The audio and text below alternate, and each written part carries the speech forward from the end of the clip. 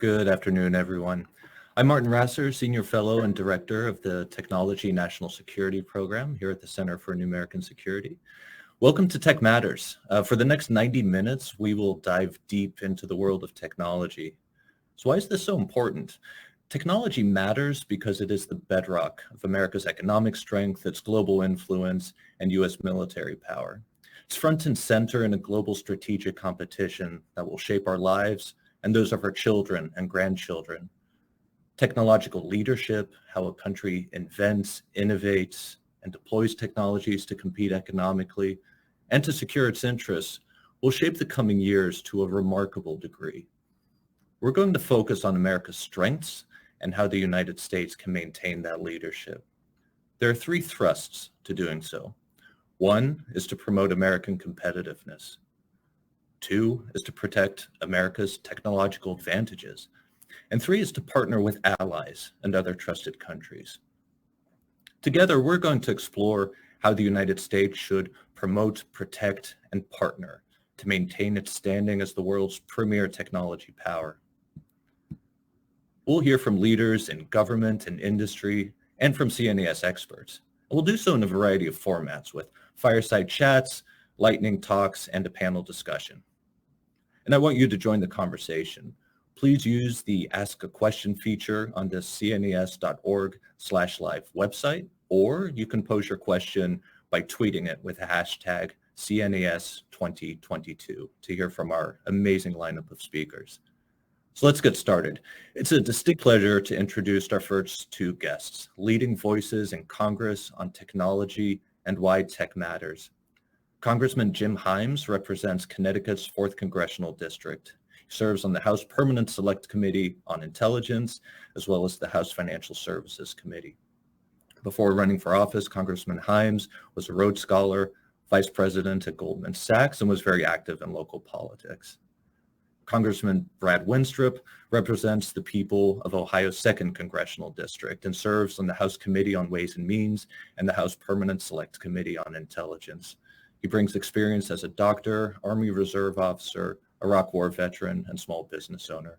So Congressman, welcome to you both. Thank you. Great to have you here. So let's start with a framing question for both of you. I'd like to hear from you what you consider to be one of the key strengths that America has in technology and innovation, one that you find particularly important. And as a legislator, how can you help to steward that strength? Let's go to Congressman Himes to kick things off. Yeah, well, Martijn, thanks. Thanks for having us. Thank you to CNAS, and I'm delighted to be on with my friend and colleague from the Intelligence Committee, Brad Wenstrup. Great place to start, right? Because we have to really understand what gives the United States its technological edge. You know, why are innovations largely invented and ultimately commercialized in the United States? And you could probably spend an hour on that topic alone. But let me just cover the wave tops as I see them. And let me just very quickly mention 3 or 4 things.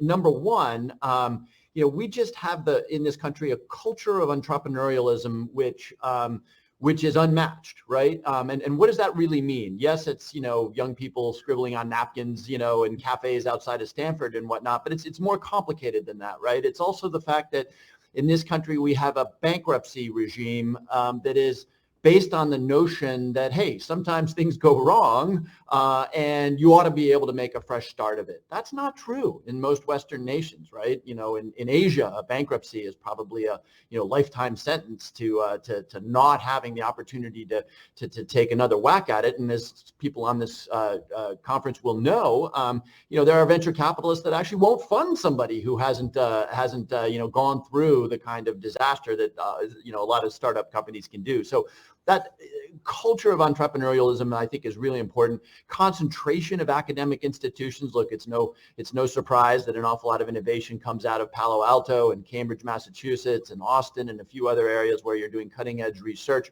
The depths and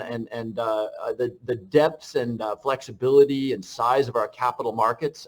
Things get funded in the United States that wouldn't get funded anywhere else in the world. I think I would, if there's probably 10 other things, but I would probably hold those 3 things up as if not quite unique, certainly pretty differentiating. Oh, last thing I'll say too is, because I think this is ultimately where we're going to go in this conversation, is a pretty substantial commitment of the government to do basic, and I do really mean basic research and development, going back to Vannevar Bush and President Eisenhower, where they decided that they had to learn from the Manhattan Project and see how you could expand that concept of federal research to result in all of the good things that federal research has resulted in over the generations.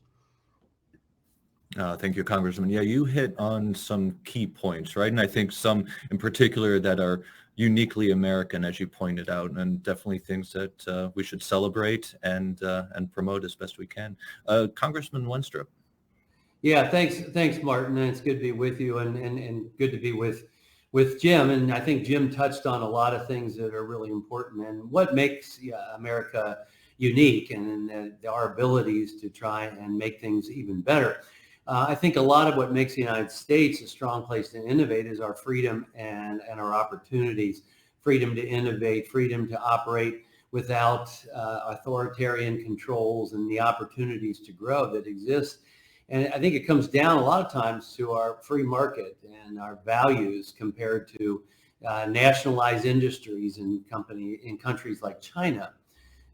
We also have seen more and more in the United States, public-private partnerships and commercial partnerships. We're seeing that within DoD, and we're seeing that across the realm, where engaging with our commercial markets has helped our government function better. So that, again, even greater opportunity. Like my friend, Mr. Himes, who's on financial services, intelligence isn't the only committee that I serve on. I'm also on the House Ways and Means Committee. And a lot of the work that we do on Ways and Means is working towards policies to ensure that the United States is globally competitive, and it's a place where businesses and innovators choose to operate right here in the United States. And, we also want to empower that person that may be drawing on a napkin, not necessarily outside of a large academic institution or some place with a large amount of dollars, but maybe make ways where someone can move forward with a new idea on less. So from my perspective, Congress can work on pro-growth tax policies that allow Americans free to trade and foster competition and creativity especially, and do that within our economy in the United States, and make this the place in which tech innovation and opportunity continues to thrive. And we all stand to win from that. Excellent. Thank you both. So let's talk a little bit about competitiveness, since you both raised that issue. A big bill being considered in the Congress now, the America Competes Act. This has been in the works for quite some time. Now, you've each introduced a provision to that bill. Could you tell us a little bit about your specific amendment and how that fits into the bigger picture? Yeah, you want me to go Yeah, first? go ahead, bud. Yeah. Okay. Well, the amendment I offered would require the Director of National Intelligence, working with the State Department and the Department of Defense, to assess and report to Congress on the Chinese Communist Party and their investments in global port infrastructure and what they have done since January of 2012. So we're hoping to get with this provision a better picture of how China, whether it's through a government entity or state-owned enterprise, we want to see how they're leveraging strategic investments in global port infrastructures for malign purposes. So this includes looking at existing and future communist China investment. A lot of times what they like to do is establish a military presence at these ports. So assessing China's current and future ability to use these commercial ports for military purposes and what that means for United States security. Because often these investments are couched, if you will, as economic development for commercial use, but there's growing concern that these footholds are being used, unfortunately, are going to be used for military purposes. Like they may tell a country, oh, we're going to build a nice port for you for your fishing industry, but it also happens to be a port that could house one of their carriers. I mean, these are some of the things that we're looking at. So you look around the world where some of these investments are being made, they're awfully close to U.S. military interests and other strategic areas. And I can points of concern I have is in Australia and in Djibouti. But I also think it's important, part of a much broader issue, which is taking a look at the very strategic steps that China is taking to expand its reach and influence. So time and time again, we see China using some of their tools, but it's really more for political outcomes and bullying some of our allies and sometimes the United States. So the reason my amendment seeks to assess investments that are being made by President Xi, that we want to see what has happened since he took office and the China's Belt and Road Initiative was launched, because the initiative itself is a particular challenge for the United States on a number of fronts: economic, political, security-wise, and global health. So there's a long-term driving plan of Chinese government policy, but what we need to do in the United States, and I think Jim would agree with me on this, is that we need to be better disciplined about long-term planning here in the United States, rather than just looking at 1, 2, 4, 5-year increments. We need to start looking at 10, 20, 30-year increments. And this is going to require some good bipartisan hard work and a sustained commitment to do that. But I think in the big picture, amendments like mine, are out there to gather data, to inform us on the policies that we make, and so that we can make good decisions, not only for now, but for future generations. Yeah, couldn't agree more on the need for longer term strategic thinking on these and a whole host of other issues. Congressman Himes, over to you. Yeah, I agree with Brad. The question was American competitiveness, right? And I really do believe, for all the reasons that we've outlined, we have an advantage over all of our peer nations, certainly over our competitors on the underlying structure of innovation. But it is incredibly dispiriting, to invest billions of dollars in research, private and public, only to have the intellectual property stolen by China or someone else. China, of course, being the number one perpetrator of that sort of IP theft. And so I think we could do a lot better. And that doesn't just take the form of hacking, as Brad was pointing out. That takes the form of, investments in cutting edge companies. So I think that's really important. And we've got a lot of work to do, I think. I also think it's important, by the way, we've got to not let ourselves collapse into a mindset which is 100% anti-China. And the reason I say that is because we can't, right? They hold some $4 or $5 trillion of our debt. Probably nothing that you see on this screen here, or a significant portion of what you see on this screen here, was probably made in China. And the trade between the United States and China is really essential to the economic health of both countries. So where I want to highlight that for innovation is that, and this is really hard, we need to be thoughtful about the fact that innovation often comes from collaboration and the open exchange of ideas in academic conferences. And even as we do what Brad is correctly calling for, which is particularly in those areas that have national security implications, crack down on the IP theft, crack down on the sort of gray zone attempts to get at our intellectual property, we want to be careful not to let this become an absolute, they are our enemies and therefore there is no possibility for cooperation, because that's just not true. I do, however, want to just abstract a little bit from the specific question on China to say, look, if we're serious about innovation, we've got to look at why we've been an innovative economy over time, and make sure that we don't lose that thought, right? And at the very top of that list, I'll put a topic that is politically controversial, but that is at the very core of our innovative capacity, which is immigration, right? We have ugly arguments up here around immigration. One of the things that I think we do agree on in a bipartisan way is that whether it's Sergey Brin at Google or Andy Grove at Intel, or the kind of innovation that Brad was making reference to happening in small shops, in medium-sized cities, a lot of that is driven by innovation. And there's the famous idea, I think it was Tom Friedman that had it, we've got this advantage in education. We ought to staple a green card to every PhD that we issue. We can't let the political dialogue become such that we stop being the country to which every really smart innovator on the planet wants to come to. So again, I'm glad that we're doing the Competes Act and the bill that we're talking about here. My amendment is actually not all that relevant to competitiveness. It's more relevant to cryptocurrency and making sure that cryptocurrencies are not used for ill. But even as we think about things like supply chains and semiconductors, we just can't lose sight of those sort of foundational elements of American innovation over time. No, thank you for that. You raised the point of the centrality of foreign talent to America's innovative capacity. The reality of it is, right, that there is a shortfall of talent that we need and for all these industries, whether it's semiconductors, biotechnology, quantum information science. So hopefully we can find that right balance, right, where we can protect what we need to, but also remain open.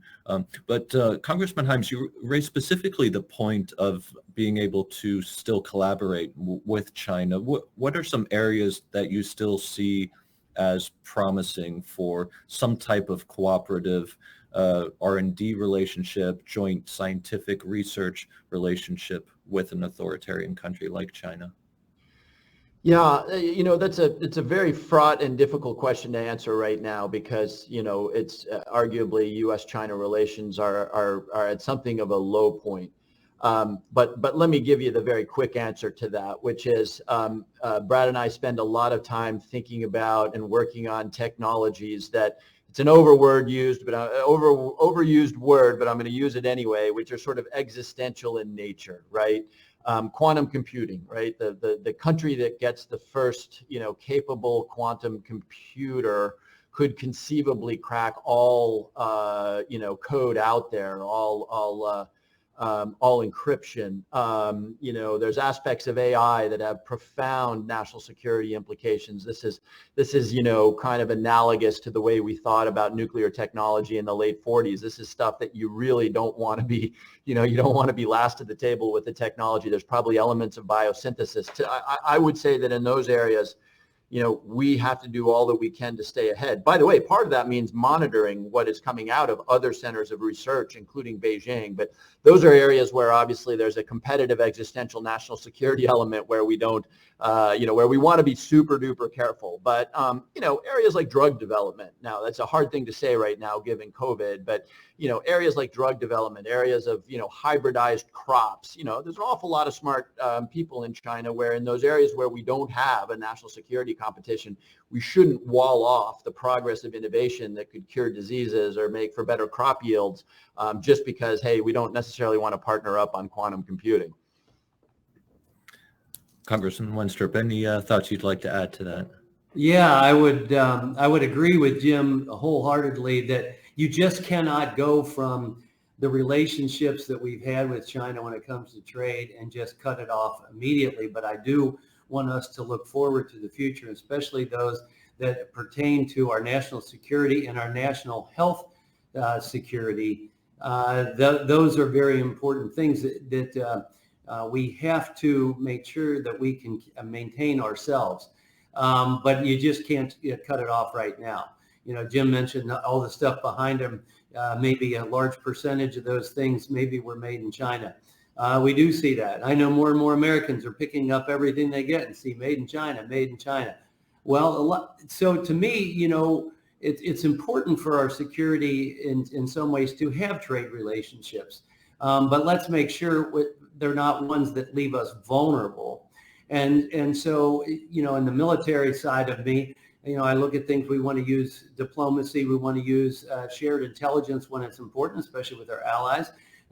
We want to use our military last, and then economically what we can do that can enhance our national security. And I think we have to go towards that trend without just saying cut off everything from China. As Jim mentioned, I agree with him wholeheartedly on that.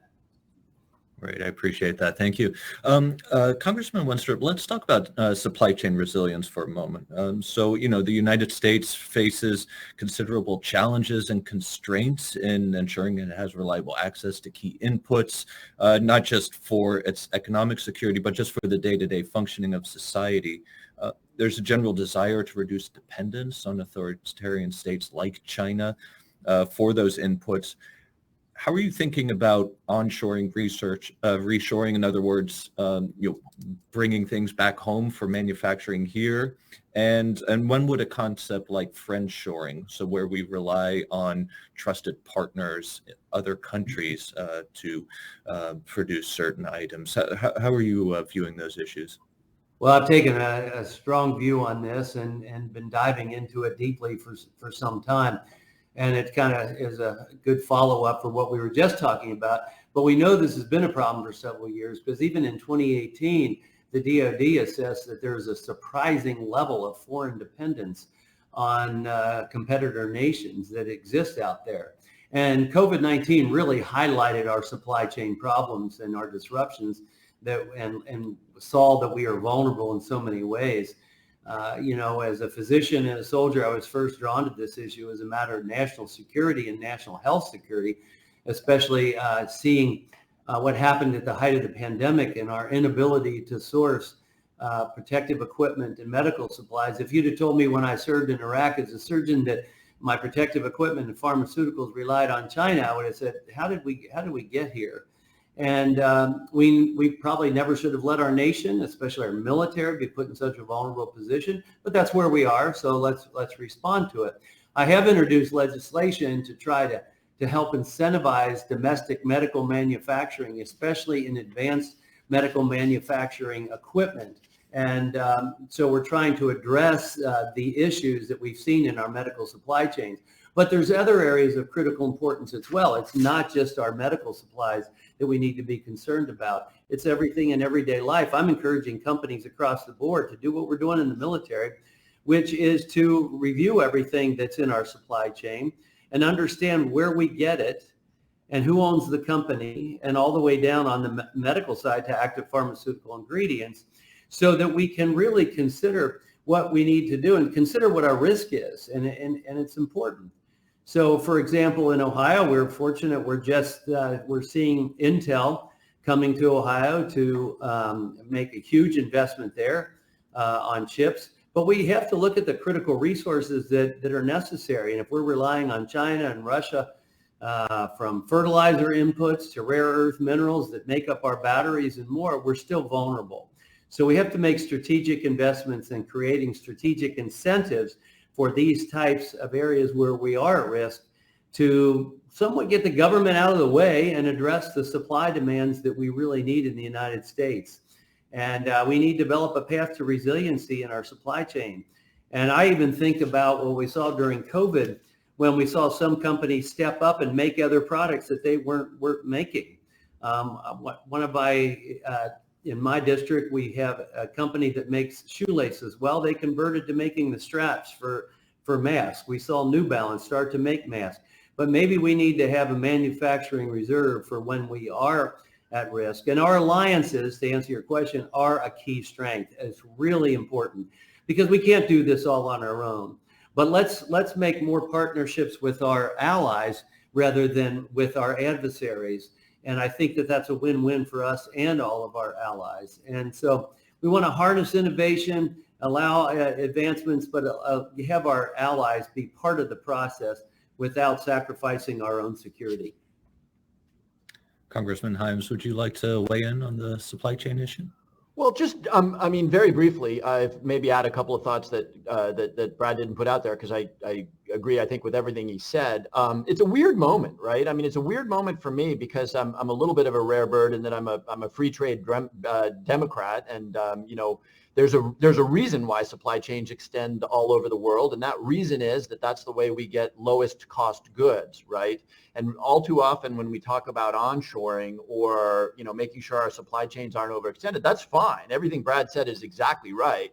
And when you're talking about national security stuff or existential stuff, like whether it's drugs or masks or tanks or the chips that go into fighters, yeah, you better make sure you've got a plan B for when those supply chains collapse.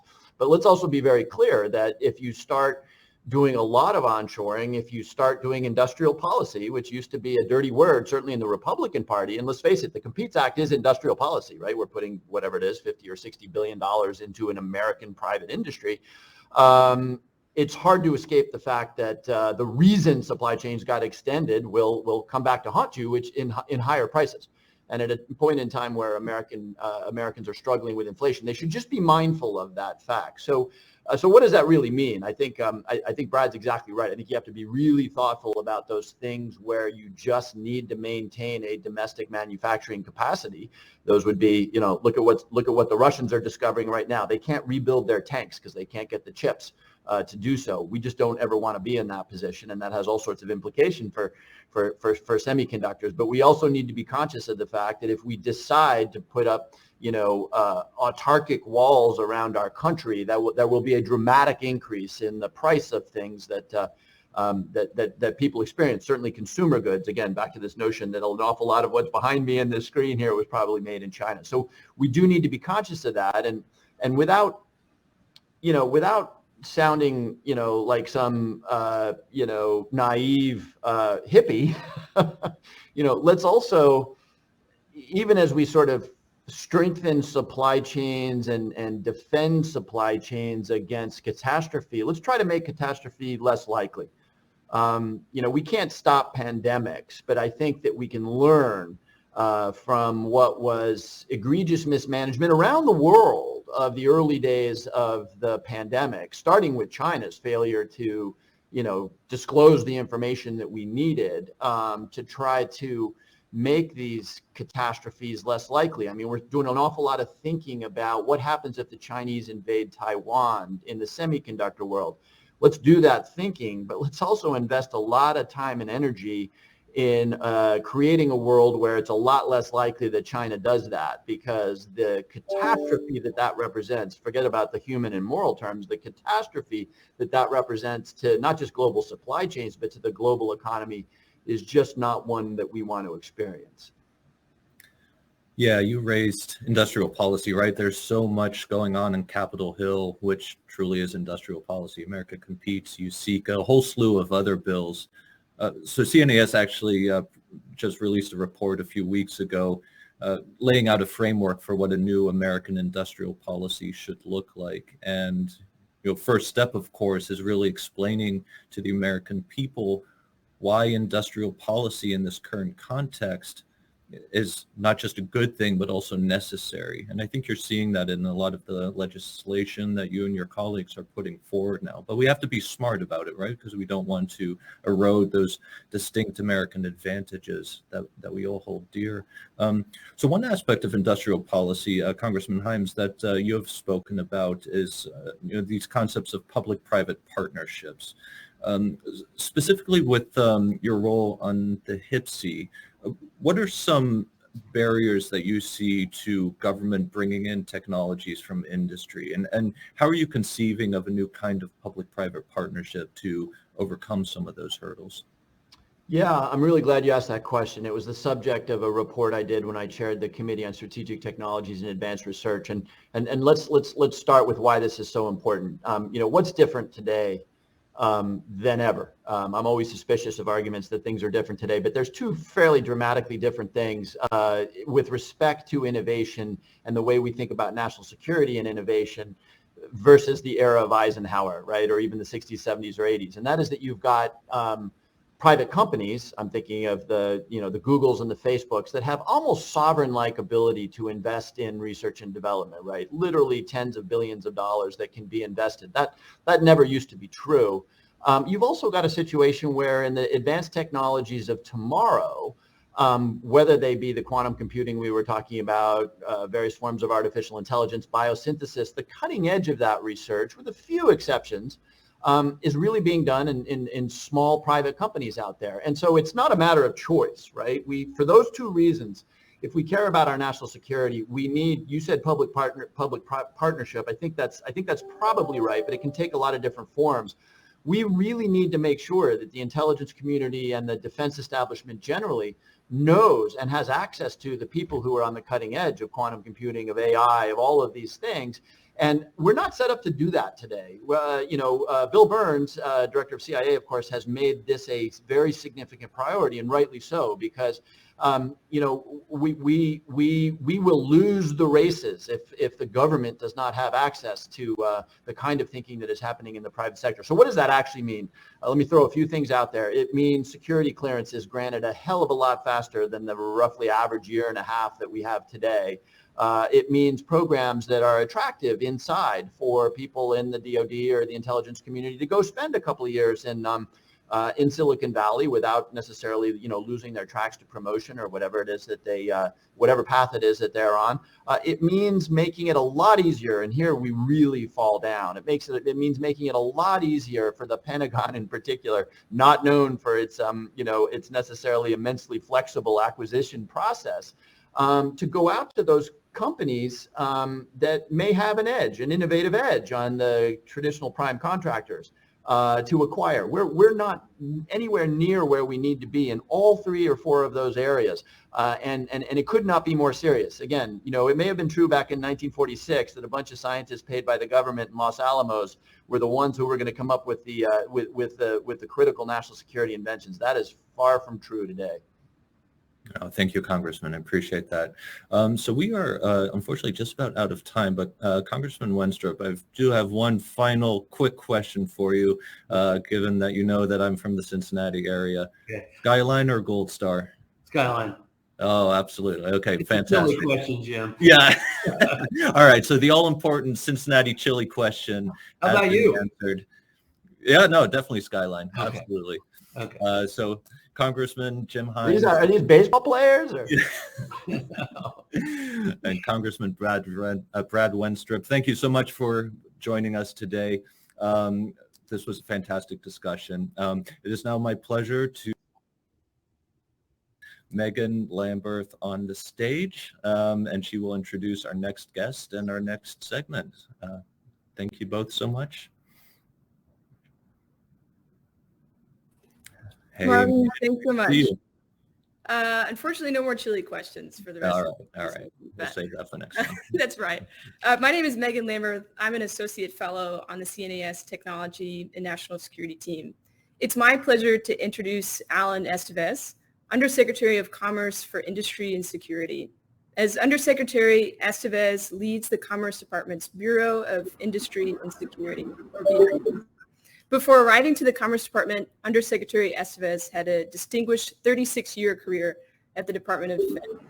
His last position at the Pentagon was as Principal Deputy Undersecretary of Defense for Acquisition, Technology, and Logistics. For the next 25 minutes, we'll have a conversation on a range of topics, including protecting America's technology advantages, securing its supply chains, and responding to threats posed by U.S. adversaries such as China or Russia. As a reminder, you can join in the conversation by asking a question in the chat on cnas.org/live or on Twitter using the hashtag CNAS2022. Undersecretary Estevez, welcome and thanks so much for joining us. Thank you, Megan, and thanks to CNAS for having me. And I appreciate your opener that there would be no chili questions because I didn't even know they made chili in Cincinnati. Yeah, no, well, don't worry. No questions like that. Well, sir, you've been in the office for a couple of months now. Can you give us a sense of what's on your mind now that you're in the seat? Sure. Let me briefly cover 4 things so that we can get into the dialogue. First, no surprise, Russia's on my mind. Not because I wanted it to be on my mind, but because Vladimir Putin seems to have put it on all our minds, and unfortunately on the backs of the Ukrainian people. So we in Commerce and in BIS in particular have used our export controls in conjunction with 37 like-minded nations to essentially put a stranglehold on Russia's ability to sustain its forces over time. Now, unfortunately, these things they're not like a guillotine coming down and slicing you off. These things do take time to impact, but just a couple of quick stats on our own export controls. Over the period of time since Russia's invasion on February 24th, our U.S. exports have declined about, 95% by value since the time of the invasion. And in 2 particular areas, semiconductors global semiconductor exports to Russia have declined by 90% since the time of the invasion. What that means, and I heard Congressman Hines talking about this a moment ago, is that Russia will not be able to sustain its military over time because you need semiconductors to build just about any piece of top military gear. In the aviation sector and aerospace, our U.S. exports to Russia have declined 99.9%. So again, an area where they need U.S. imports to sustain their aviation sector, they're not getting it. Now, of course, Russia's going to try to go around that, but they'll never be able to do it in the capability that they'll need to really sustain forces. So I feel really good about that. I feel terrible about what's happening to the Ukrainian people, but over time, we will degrade their capability.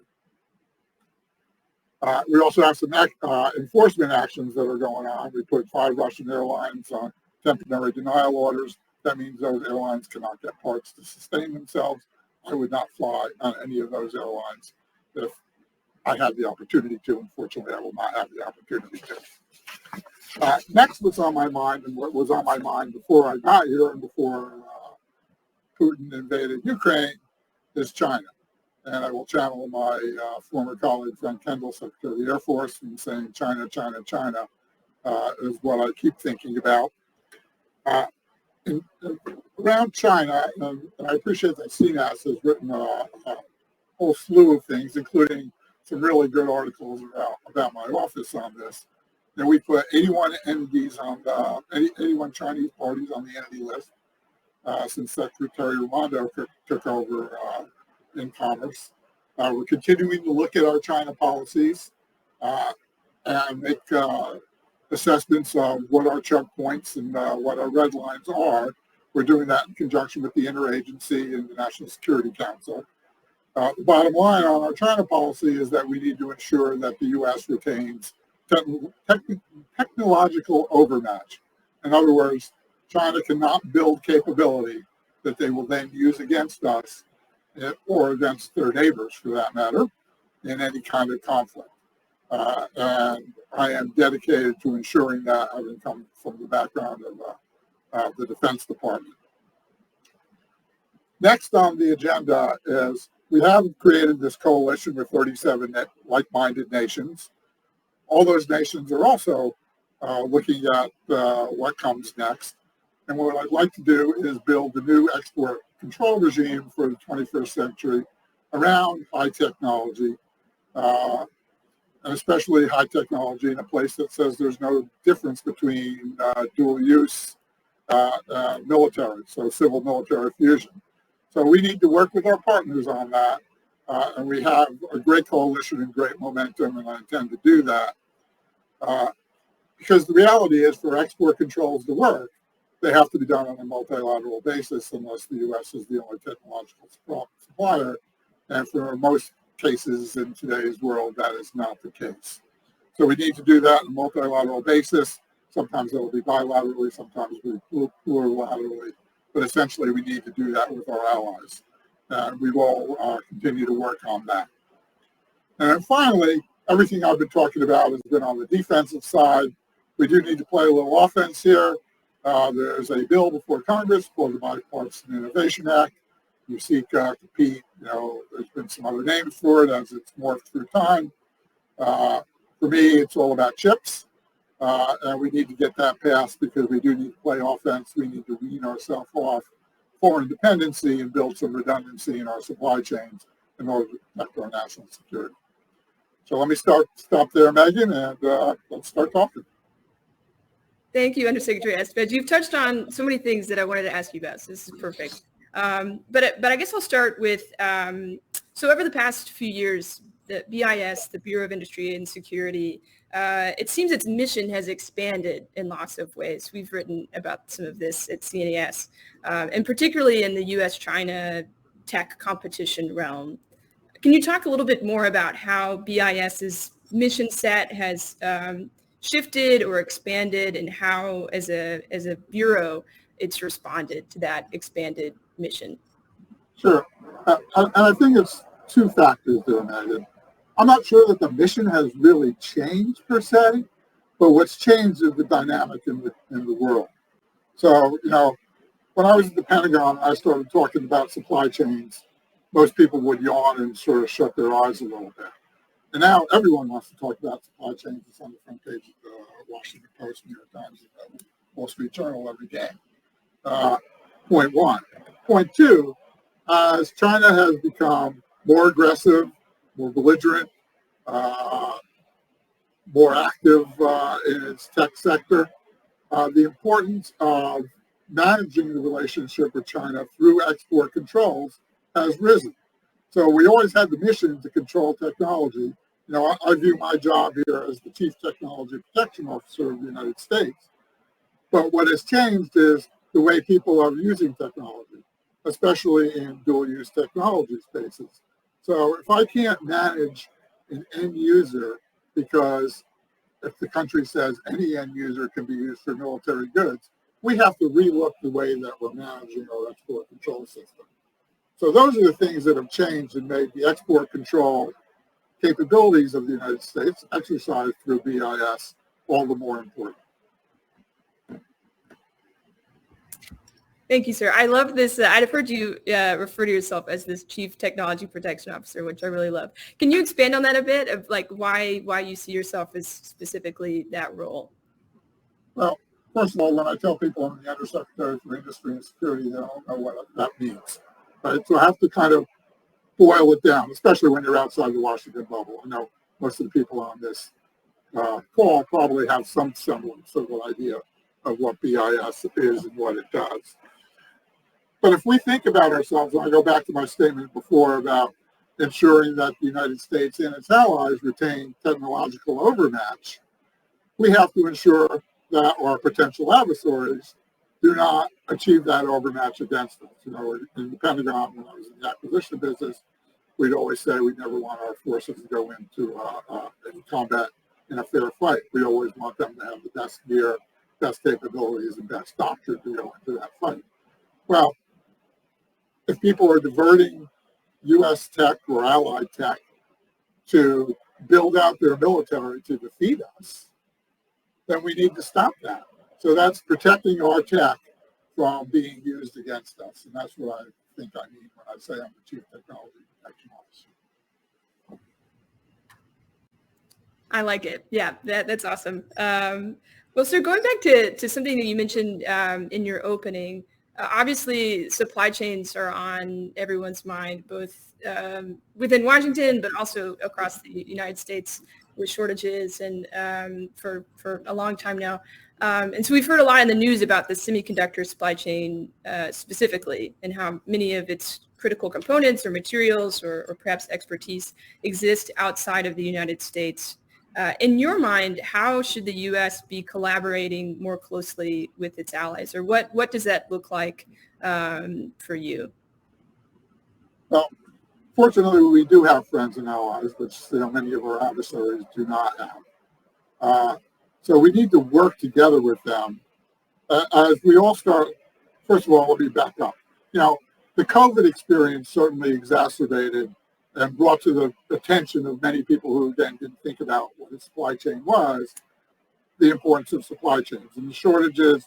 First, it was PPE and the things we needed to protect ourselves during the COVID, the first blush of COVID, and then as shortages came because people were out sick, because they couldn't work in certain areas, and of course that's still going on and to a great extent in China right now.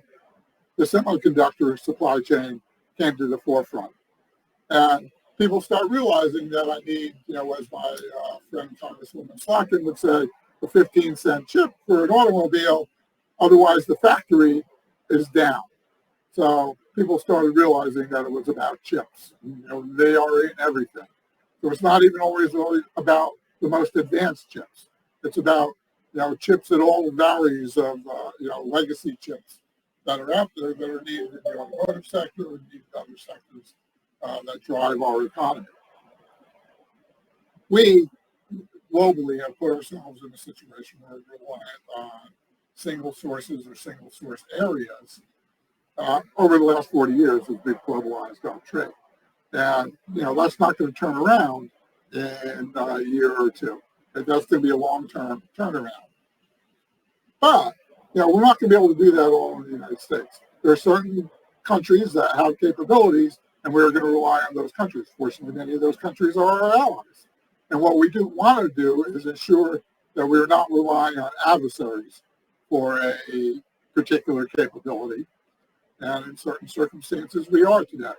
I always hate to name those sectors because why broadcast it to the people who already know, but I just can't do it.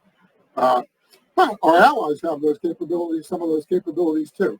So we need to work this together. And when there's things like shortages on things like semiconductors, working with the Europeans right now, we're talking about alert systems under the TTC to do that. So it's something that we can really do much better together than do alone.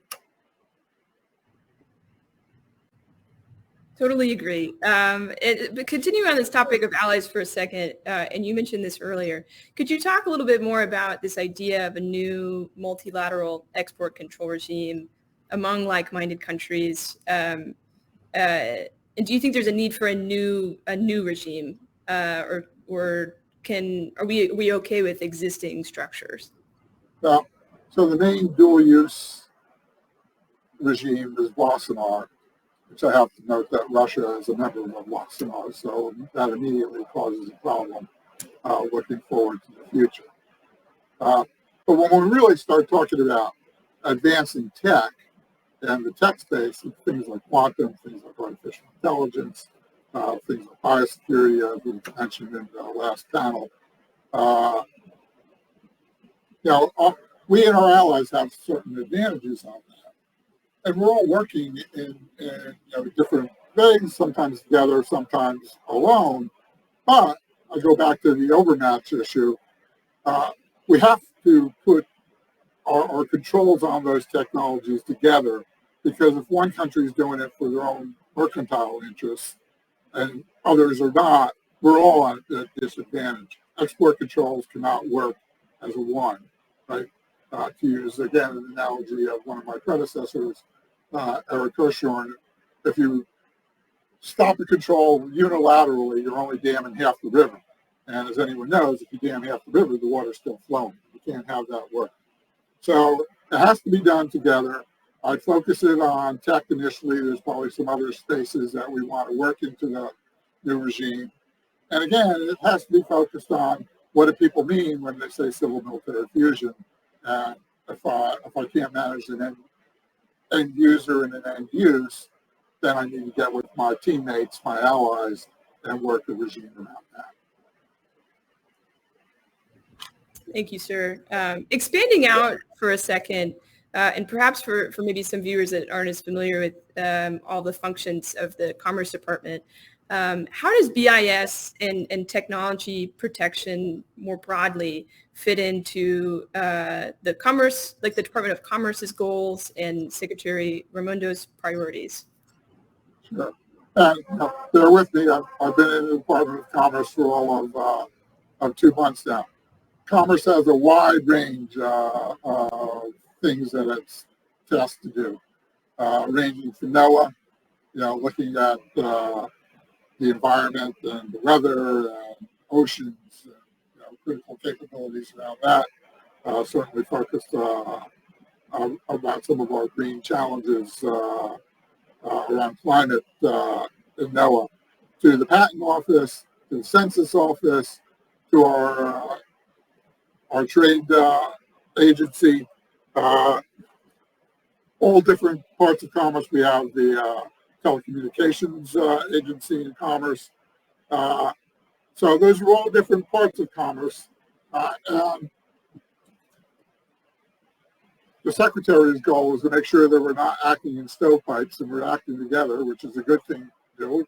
And again, I've come from a defense background where, an OSD, trying to bring together the military services sometimes was a challenge. But at the end of the day, those services all had pretty much the same mission in protecting the United States and defeating the United States' enemies along with their allies. security has some disparate missions, so there's sometimes less overlap, but there are things that we can do together. Certainly, I work with the trade agency very closely, doing some work with the telecommunications agency right now as well, in protecting the infrastructure of the United States in the information and telecommunications sector. For BIS in particular, again, we are the people who would raise that we have to protect national security on this, and and then we would balance out some of those things. National security never being compromised from our standpoint. Both the secretary and the deputy secretary realize the importance of export controls since they've gotten here. Both from the two countries that I mentioned, China and Russia, just immediately bring that to the forefront. So the things that I'm talking about that we're doing are definitely in their wheelhouse. Thank you, sir. I have a question for you about just the speed of technological change. We talk about how law and policy can often struggle to keep pace with just the sheer speed of change in technology. And so from your vantage point, from the Commerce Department and your long history at the Defense Department, do you think there are ways in which the government can better address this challenge? Or do you think it's a challenge, at all, I suppose? It's a challenge from a tech protection standpoint. From an innovation standpoint, it's a great thing, right? The fact that we have an innovative economy and an innovative ecosystem is all to our benefit. So, if you ask me things that keep me up at night, it's what am I not protecting that I should be protecting that our adversaries might be investing in, including investing in it here if I can't see it. So a couple of thoughts in those areas. One, and frankly, I'm heading over to the Pentagon this afternoon to meet my old colleague, Heidi Shue, and Bill LaPlante. Heidi's the Undersecretary for Research and Engineering. Dr. LaPlante, the Undersecretary for A&S, for Acquisition and Sustainment. I've had this conversation. The Department of Defense is a buyer of technology. I'm more or less a regulator of technology. And then I have a component, which I forgot to mention when I was mentioning colleagues across the Commerce Department. We also have NIST in the Commerce Department with an Undersecretary. So Laura Locascio and I are collaborating on a number of areas, including this one. So I want to work with the Pentagon on what technologies are they chasing, what companies are they looking at, so I can get ahead of them 1-2 steps and work on whether we need a protection regime around any particular technology. You can't export control a broad bucket of technology. You can't export control AI, biodefense, for example, or biosecurity. I have to have a particular instance, an algorithm, like, toxin capability that someone's developing to put a control around.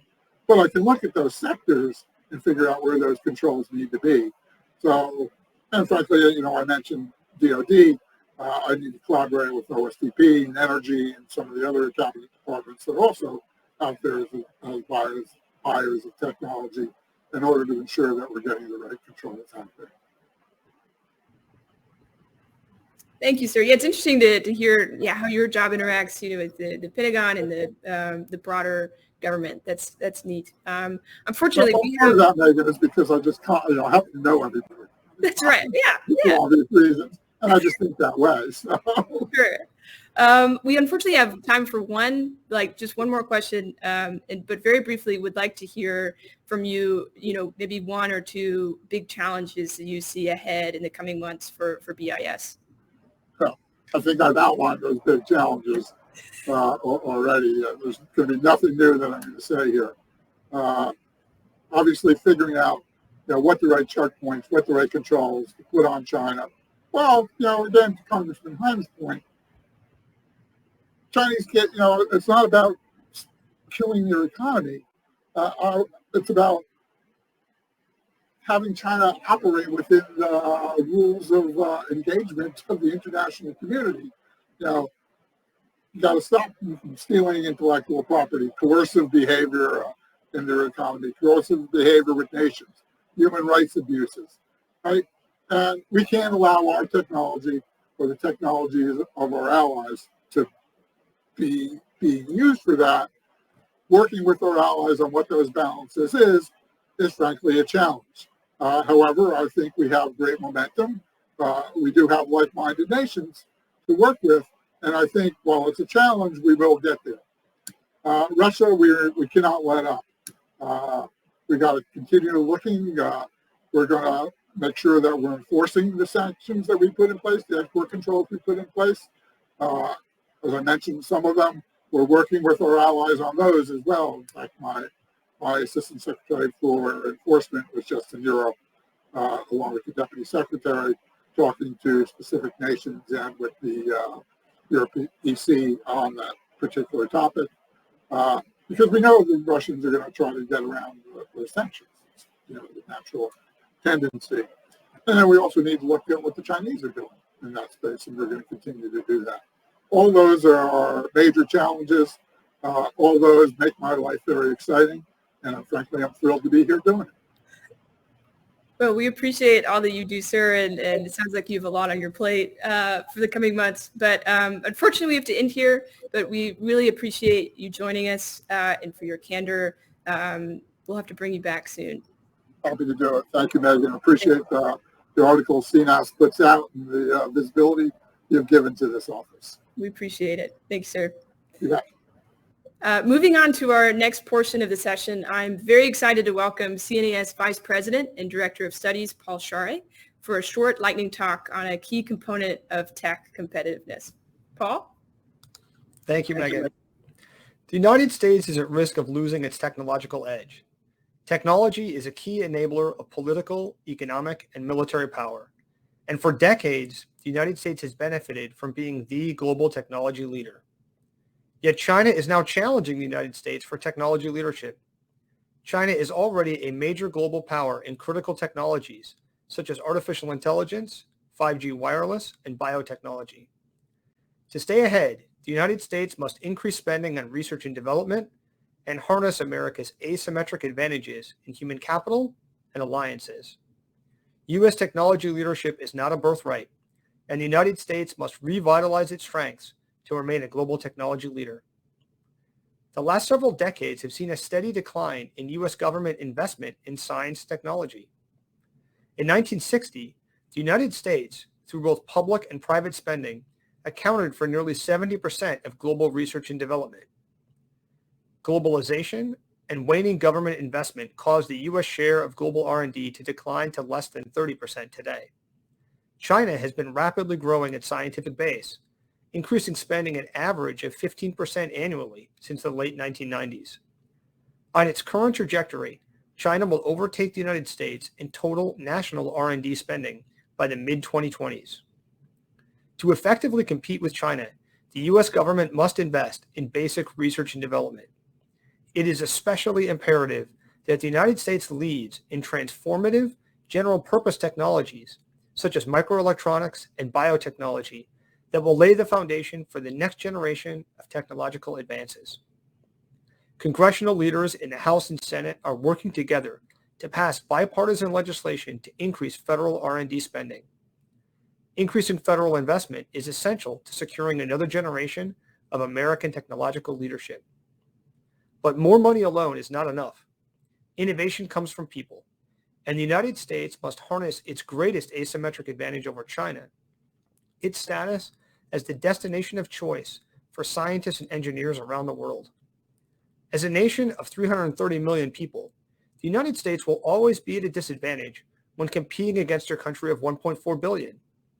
But by drawing on the best and brightest minds from the world's 7.9 billion people, the United States can remain at the forefront of science technology. U.S. policymakers must expand high-skilled immigration and work closely with private companies and universities to ensure that the government isn't stifling innovation by restricting the private sector's access to global talent. The United States must protect against unwanted technology transfer, but do so in a way that maintains America's position as a magnet for global talent. America's alliances are another asymmetric strength, and the United States must increase cooperation with other democratic, technology-leading nations on research and development, export controls, supply chain security, standard setting, and other areas. In this global contest, it is vitally important that democratic nations lead in the development and implementation of technology to ensure it is used consistent with democratic values and not authoritarian ones.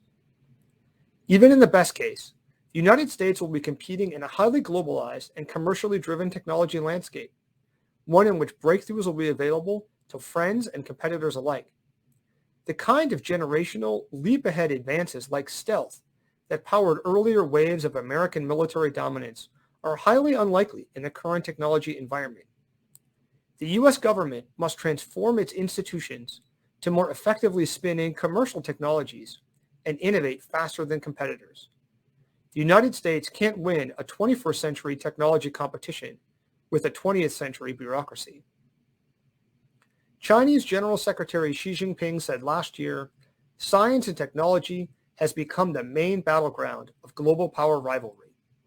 The United States must reform its institutions, increase investment, and harness its strength to stay ahead in this new era of technology competition. Thank you. Paul, thanks so much for underscoring just how important the federal government's role is in U.S. tech competitiveness. I'd now like to welcome my colleagues, Hannah Kelley and Nigel Vinson, for their lightning talk. Hannah and Nigel, take it away. Thanks, Megan. The United States has led the world in research, development, and manufacturing for decades, largely due to its strong domestic and foreign talent bases.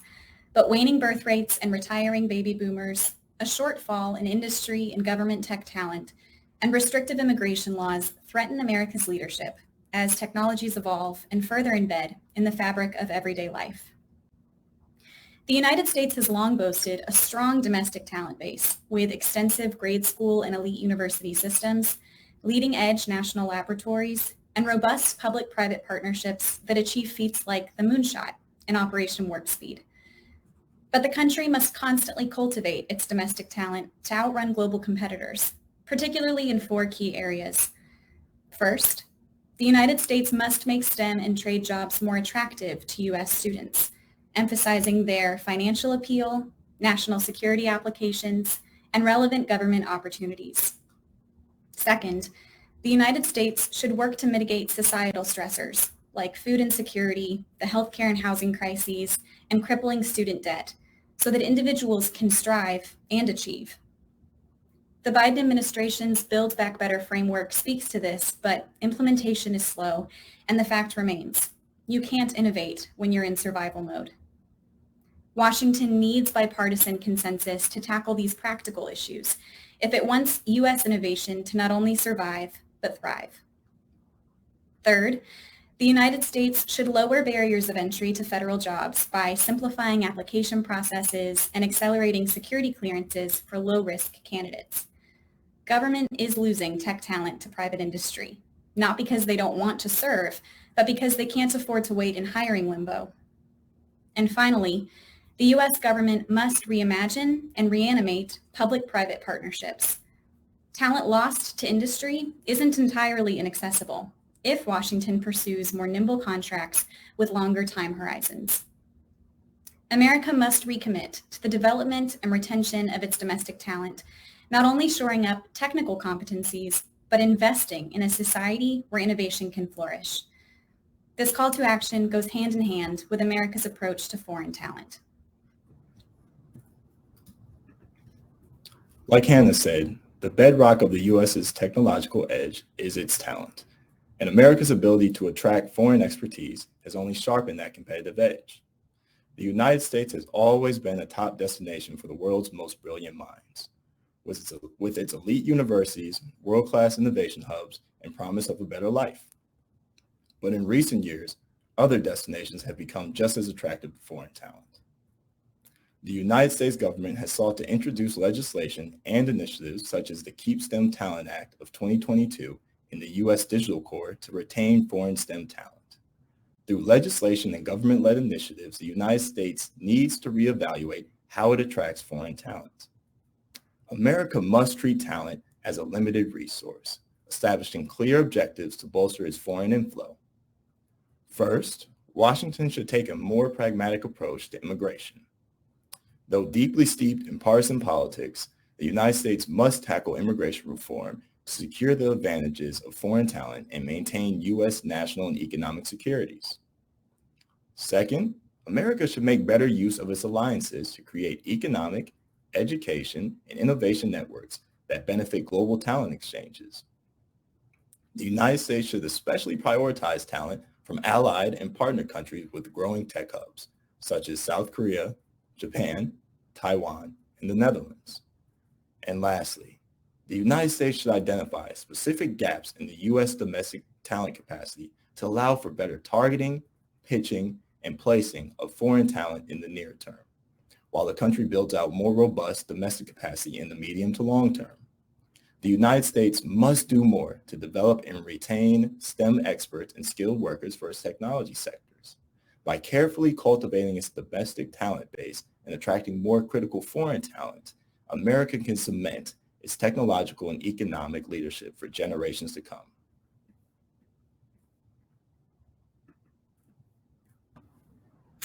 Thank you, Hannah and Nigel, for that succinct argument for why talent is so important for America's technology competitiveness. I'm now excited to welcome my colleague, Alexandra Seymour, who is moderating a stellar panel of tech experts. Alexandra? All right, thank you so much, Megan, and good afternoon, everyone. As Megan said, my name is Alexandra Seymour, and I'm an Associate Fellow with the Technology and National Security Program here at CNAS. And as Megan said, we have a stellar panel on deck to close us out for the afternoon. This is going to be our last session of Tech Matters, and we're going to have a great discussion about innovation, industry's role, and many other things. We have our panelists come with a range of experiences in industry and in government, so I'd like to introduce them now all to you.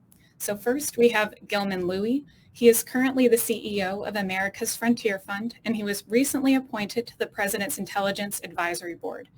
He previously served as a commissioner on the National Security Commission on Artificial Intelligence, and he was an early CEO of In-Q-Tel. Second, we have Jacqueline Tame.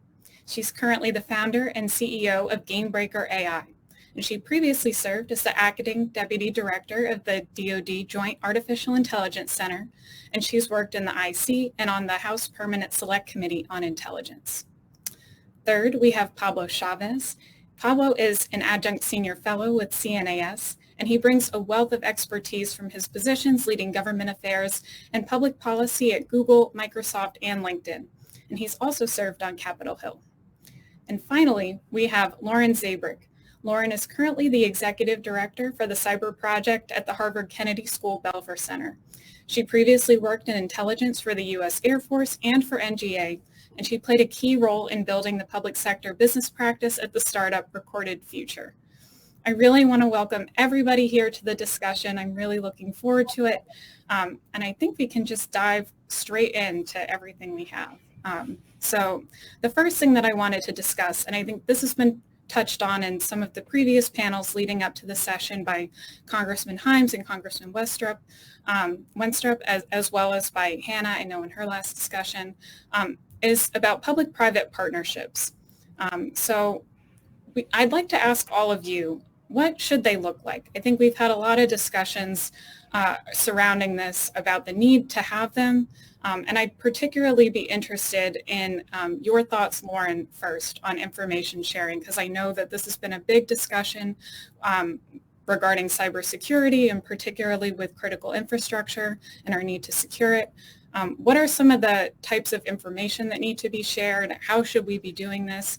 And for everyone else, as you continue to weigh in, feel free to take this public-private partnership question in any direction as you see fit. But Lauren, I'll pass it to you first. Ooh. Lauren, I think you're on mute.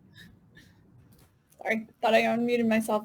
Thank you so much for having me today. And yes, the concept of information sharing, especially in cybersecurity, has been a key research area for me. And last summer, we published a paper that really investigated the ecosystem and provided some recommendations. And just last week, we released an article that kind of built off that paper on how can we get to an even stronger information sharing ecosystem.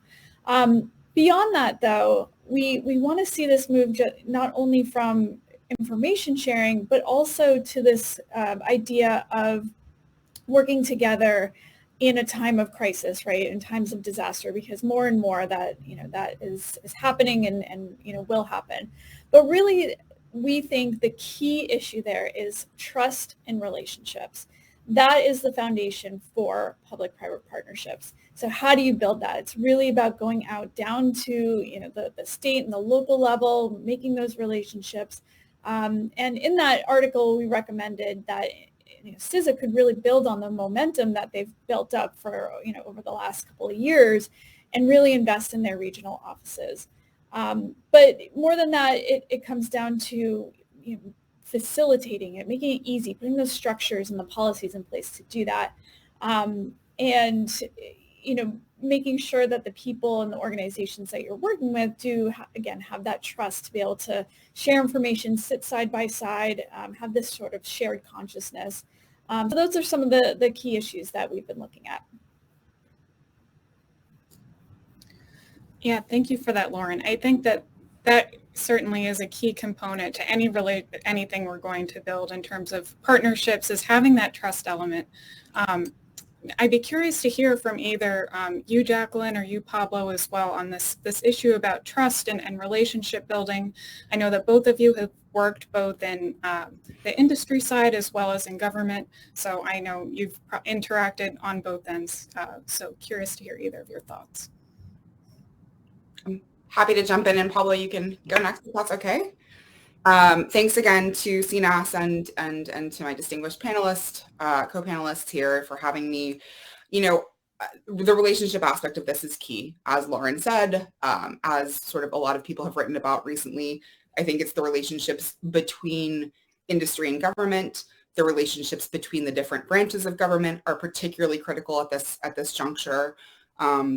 The relationships between, people that hold different political views are incredibly important right now in the interest of advancing common causes and things that we really need to focus on.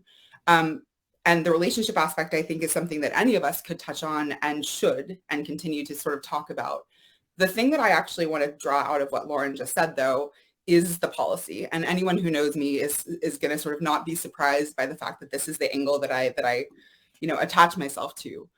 When I say policy, I mean both the sort of, the statute, the policy, and also the sub-regulatory guidance. So if we talk about information sharing and what we need to be able to do with industry, with government, et cetera, I use this statistic a lot.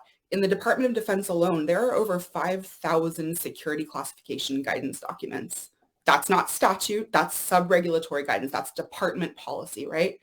And being able to sift through those and figure out what they mean and what they mean in terms of the ability to information share and how archaic they are or how relevant they still are to the context, I think is really critical and something that we need to invest a lot of time and focus both in the executive branch and in the legislative branch on, but also to really work with our industry partners to figure out what makes the most sense now in today's context, in the environment that we're living in terms of what we're trying to do here. I totally agree with what Jackie was saying, and also commend Lauren's points, and also commend Lauren's work to you. She does a tremendous amount of work on privacy and security at the Belfer Center. That's really, really terrific. Thanks also for me for the opportunity to join. Alexandra, I know you haven't been at CNAS for a long time, so this is, I think, the first time that you're doing this, and you come to CNAS with a lot of AI and startup and private sector experience, which is terrific for CNAS. All I would say on this private partnerships thing is, that there's kind of a couple of angles that I've kind of been thinking about and focusing on recently. One is kind of at the very micro end of the spectrum. The other one is the macro end of the spectrum. Lauren was talking about the information sharing in the cybersecurity context issue. Legislation was recently passed by Congress, signed by the president on this. John Easterly, the head of CISA, talks a lot about exactly what you're saying, which is building up trust, but it's building up trust with individuals. And it's actually critically important, I think, for DoD, for the US government more broadly, to find those individuals around the country that can come in and be helpful. The example that comes to mind recently is Craig Martell, who's now heading up AI and other technology efforts at DoD. Craig and I work together at LinkedIn. He has a tremendous amount of experience in the private sector, but he obviously had like these very strong relationships with DoD that ultimately came to fruition, really kind of decades later, which is, outstanding. At the macro level, I would say that we really need to think about the public-private partnerships, not just in the domestic context, but also in the international context. Echoing what Jackie was saying about, kind of how we're coming into, we're in this environment of low trust. We have an administration that is saying that one of the key components of, one of its policy goals effectively is to build up trust internationally. These public-private partnerships can, certainly in the technology space, be done not just with the private sector, but also with our partner governments and ally governments. And I think that's something that I know CNAS has been focused on that we shouldn't lose sight of. Yeah, absolutely, Pablo. I think that's great. And CNAS has been focused on this too in terms of how we work in a multilateral framework with, with allies and partners and what that should look like and how we should be collaborating and laying that foundation. I'd like to pivot a little bit from this question to something that I think is key within this discussion about public-private partnerships, and that's within our investments in technology, what the landscape looks like, how we prioritize them, what this looks like going forward. So Gilman, I'd like to ask you this specifically because I know you were an early CEO over at In-Q-Tel. You're working at America's Frontier Fund right now too and doing a lot of work on this front. So if you could just give us an overview of how the landscape has evolved, and I'd be interested to hear your thoughts on where you think that it's going as well. Hi, Alexandra. Thank you for having me, and thanks CNAS for putting together this great panel. When I started off at In-Q-Tel, that was back in 1999. It almost seems like yesterday, but it was close to 20 years ago. And that was a period in 1999 that we were entering into a start of a new technology cycle. And while the markets at that time were chaotic, if anybody remembers kind of the crash of 2000, the technology cycle was actually beginning because of the key foundational technologies that Silicon Valley invested in over a period of 25 years. You think about the great companies in the 1990s, right? Intel, which brought us the x86, the reemergence, the reimagination of Apple. Early 2000, we had Google. You had companies like Qualcomm and NVIDIA. Cisco, these were the companies that created the infrastructure that allowed the ride that all of us in technology took for 20 years. The frothiness of the market was because we were able to create technologies on top of that foundational stack. So we had, from a software point of view, a complete generation of new applications, SaaS-based architectures and the cloud. All that came because those hard foundational technology investments took place over that 25 years that preceded the creation of In-Q-Tel. If you go to where we are today, we're at the end of that cycle, right? We're heading up to the edges of Moore's law, right? Our infrastructure is extremely brittle. You take a look at our high-speed connectivity today in the U.S., it's literally a fifth of the speed of what's available over in Asia. Our 5G networks are slower than their 5G networks. They're making hardware investments and what we call deep tech investments, and we're not. We've in some ways been spoiled by this concept of all investments go up and to the right. And to do the next round of investments, it requires a much deeper understanding of science and tech. It requires more patience. It requires a deeper understanding of the technologies.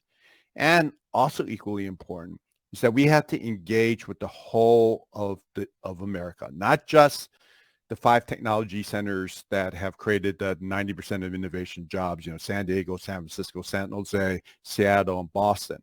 But we have to actually get to the heartland of America, and put all of those talented research universities to work. We have the capability, but the market needs to take a step back and return to the way it was back in the 1980s, to take the risks, to make those deeper technology investments, to bring back onshore the capability and the capacity to build again. I think if we do that, we're going to have a great next 20 years. But if we don't, we're going to find ourselves in a situation where we'll be unable to compete because the foundational technologies won't be there to support the new tech and apps that we built on top of them. Yeah, thank you for that great overview, Gilman. And I'd like to bring everyone else back into this as well. And Gilman, feel free to answer this also. In terms of what are the types of investments that we should be making in the technology areas where we should be prioritizing? I know that you've all had a range of experiences with different types of technologies. And I know you, Jacqueline, you've just started your own company as well and taken that leap. So I would be curious to hear any of your thoughts on where we should be prioritizing our investments and how we can be maximizing them. I'm more than happy just to lead off on back of my last discussion. Look, at the foundational technologies, what's at the heart of it, I think that American Congress has it right. I think it starts with chips, right? Microelectronics. If you do not have leadership in microelectronics, if you cannot control the supply chain, if you're dependent on competitor nations providing you the raw materials and the production capabilities to build that, the U.S. could find itself in the same place Russia is finding itself in the Ukraine, where you're scraping, you're desoldering chips out of, washing machines to try to keep your systems running. We can't afford that. Once you have that microelectronics capability and you're staying on top of that, then you can build the AI and ML stacks above that. All the new applications, like the quantum sciences, which also depend on the microelectronics, pretty much everything. Whether it's your F-150 to the next generation defense systems, all depend on chips. Yeah, and I'll just jump in on that. I think where I think that we should invest in is really the workforce. So building on top of what Gilman just said, it's not just degree programs, it's things like trade schools and other certifications, because we can't expect everyone to have a degree or even want a degree. We don't need a degree for a lot of these career fields, but yeah, we have to make sure that we are investing not only in our capabilities but our people, because we have so much talent here and so much ability to innovate and do some great things. So I'd love to see the investments here in our workforce and our education system, yes, universities and colleges, but beyond that. I couldn't agree more with both of my colleagues. I mean, I think, not to toot Gilman's horn too much, but if you look at the AFF website, you see the categories of tech, the deep tech that we really need to sort of start significantly investing in, today, way more so than we have to this point. I totally agree with Lauren that there's a huge workforce component. We need to think non-traditionally about workforce and degrees or not degrees or certifications and training. I think, we just heard sort of on the back of the last keynote or panel that there are a lot of really interesting proposals in Congress about, being able to retain foreign STEM talent here in the country after they've completed some schooling here or certifications, et cetera. I think we need to really sort of think very differently about the totality of this ecosystem and what it's going to take to actually generate the returns that we're trying to generate here.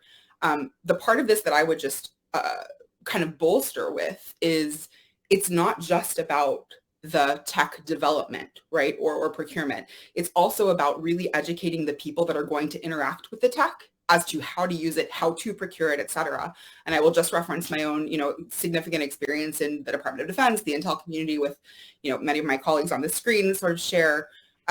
We have a challenge right now, and Craig Martell, who Pablo, referenced, is seeing that in real time.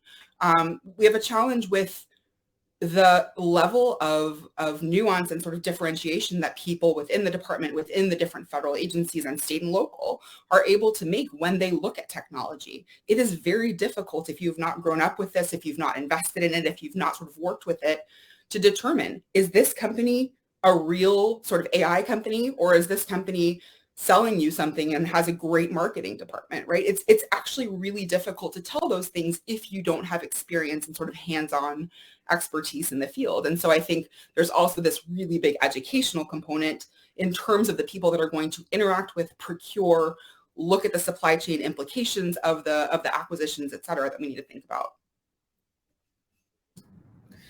Yeah, I couldn't agree more. And I think that it comes back to what Gilman was saying before too, that this truly is a whole of society effort. It can't just be focusing on the companies and the tech development, but we need to make sure that everyone is included. We're bringing more people into our workforce that maybe traditionally didn't envision themselves in these roles, or didn't realize because of the ways that we think about credentials as well for these roles. So thinking about different ways to recruit and retain talent.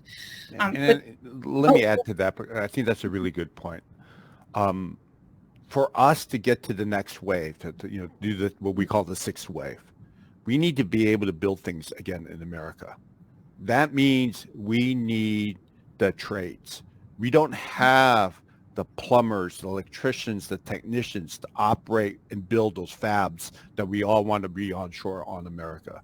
We don't have the talent available that are not about degrees, but about being able to be a skilled workforce to do the advanced manufacturing, to put the arts together with the sciences, and to have new kinds of creativity that's in our imagination, that's kind of been the backbone of America. So this is a lot more than just simply STEM talent, right? That this is, it was unfortunate over the last 30 years that we walked away from the trades because we said, no, the road to success is always through a degree program. And we're now paying the price because we don't have that kind of infrastructure necessary for us, and the talent, the people. I mean, we got great trade skills. I mean, unions have done a great job to keep those skills up. We just don't have enough people to actually do this. Agreed. And it's really going to take this strategic, not only investment, but strategic planning, to make sure that we are all aligned, that we're, on the path towards this, and not just, one-off investments or one-off, programs or policies. It's really going to come down to some very visionary whole of society strategy. Absolutely. Now we are coming close on time, but I want to ask you all one more question related to this, and focus more on the company side too. Is we hear a lot about the valley of death and companies. There are tons of companies that maybe they get early stage investment and they don't survive all the way through. Is this something that you all think that we need to be concerned about? Is it something that is normal? And I'm also curious, perhaps I'll start with you, Jacqueline, because I know that you're running your own company now. What are some of the things that you think that companies can do to better advocate for themselves and demonstrate their products beyond just, I think, as you were saying before, do we know if it's just a good marketing, gig, or is it actually a good product? Some of the things you think to make a company effective to see it through. Yeah, thanks. I mean, I'll just really quickly, I think, yes, this is a real problem. The Valley of Death has been written about extensively, and certainly it is a real phenomenon. It exists. I think we continue to have the same conversation about it, which I think is a challenge. I think we need to really talk very seriously about incentives on all sides of the equation, and sort of looking at both the internal policies and the sort of policies that would govern the industry government relations with respect to those incentives. I think that, one of the things that a lot of the amazing technology companies that I'm actually advising, in addition to my own, are struggling with is just getting their name recognized, getting in the door with the right people, because it's really opaque. You don't know how to go in, through whom, to whom to speak with. And so I think the government, frankly, needs to do a much better job. And I'm working on that side of the house too, to try and help that, of making it a lot easier to cross those barriers to entry for the companies, not just an open door policy where we see everybody and take, an hour a day with 47 companies. That's not realistic. But there has to be some strategic thought, to Lauren's point about, how do we create these thresholds? How do we create these kind of evaluation criteria and help the companies that really have something to offer significantly and seriously, both at early stages and later stages, get in the door with the right people at the right time. If I could jump in, I totally agree. I think that it's funny because, I think we all have the same reaction about, oh, well, the value of death issue has been, talked about. There's been a number of, of panels on this. It's actually like a great time to be talking about this now because, if we're worried about this value of death issue, there's like a whole like Mojave Desert problem that's happening with, with the downturn of, the economy, with public markets, cooling down with venture capital, certainly in later stage financings, starting to decrease. And I think that it's quite important for us to kind of like think about, the fact that it is not just this particular moment in time for the company, but also, just the overall like change in the business model in terms of what it takes to support, a software company.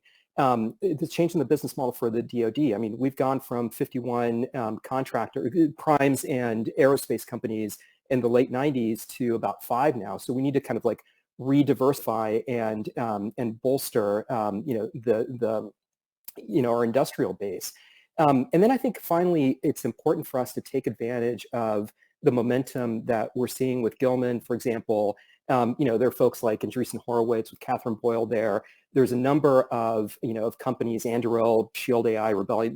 These are unicorns, right, that are focused on the defense industry. And this is all like momentum that I think that we can take advantage of. And it's why it's precisely, I think, the right time for us to be looking at these issues again.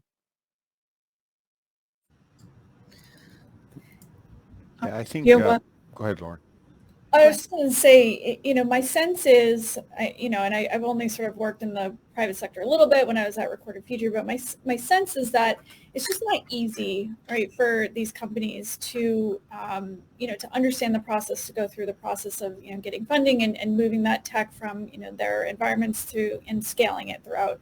And, a lot of times I don't think people know exactly who to talk to, especially to get that help. And that's why I admire this, people on this panel, especially Jacqueline with, creating her own company and trying to do this. And so that's why, I think it goes back to this concept of trust and relationships. And, one organization I particularly admire is the National Security Innovation Network, because I think they're doing a very good job with that, with creating those relationships, on the ground and trying to facilitate that, those relationships and trying to move that technology. So, I think focusing still on those areas, I think, are key. Yeah, I think the valley of death is real. It's even a bigger valley when you're talking about hardware and deep tech. Deep means deeper valley. And it is really clear that that China has a active strategy in crossing their chasms, from technology to actually scale. We have a lot of great programs within the DoD and the government. The real challenge is they don't scale very well, right? If we need the next generation of Lockheed Martins, the next IBM, the next Intel to be able to actually do this, that requires a different kind of capital than software companies. And we as a country, as we have in the past, whether it was World War II or in the space race or during the Cold War, we as a country, both in the government side and the industry, have to make those hard investments to build out that next infrastructure to be successful. It's not going to be cheap, and it can't be done in 4 quarters.